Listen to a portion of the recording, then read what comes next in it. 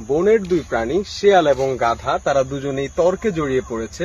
কারণ গাধা বলছে ঘাসের রং নীল, কিন্তু শিয়াল বলছে ঘাসের রং সবুজ। তখন তারা সিদ্ধান্ত নিল তারা যাবে বনের রাজা সিংহের কাছে। সিংহের কাছে যাওয়ার পর শিয়াল বলল, রাজামশাই, এ গাধা বলছে ঘাসের রং নীল, কিন্তু আমি তাকে বোঝাচ্ছি যে না, ঘাসের রং হচ্ছে সবুজ। তখন সিংহ উত্তর দিল, ঘাসের রং হচ্ছে আসলেই নীল। তখন গাধা এ কথা শুনে মনের খুশিতে ঘাসের রং নীল, ঘাসের রং নীল বলতে বলতে চলে গেল।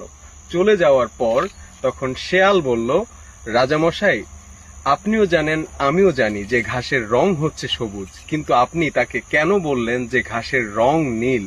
তখন সিংহ উত্তর দিল, প্রথমত আমি তোমাকে তোমার মুখ বন্ধ রাখার জন্য এর শাস্তিটি দিয়েছি, কেননা তুমি বনের সবচেয়ে বুদ্ধিমান প্রাণী হওয়া সত্ত্বেও তুমি গাধার সাথে গিয়েছো তর্কে জড়াতে।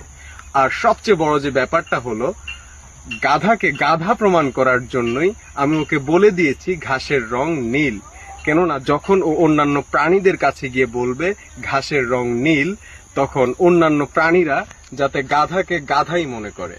অবশেষে গল্পের মোরাল অফ দ্য স্টোরি হলো, যখন আমরা কোনো নির্বোধের সাথে তর্কে জড়াবো তখন সেটা আমাদের নিজেদেরই নির্বুদ্ধিতার পরিচয় হবে।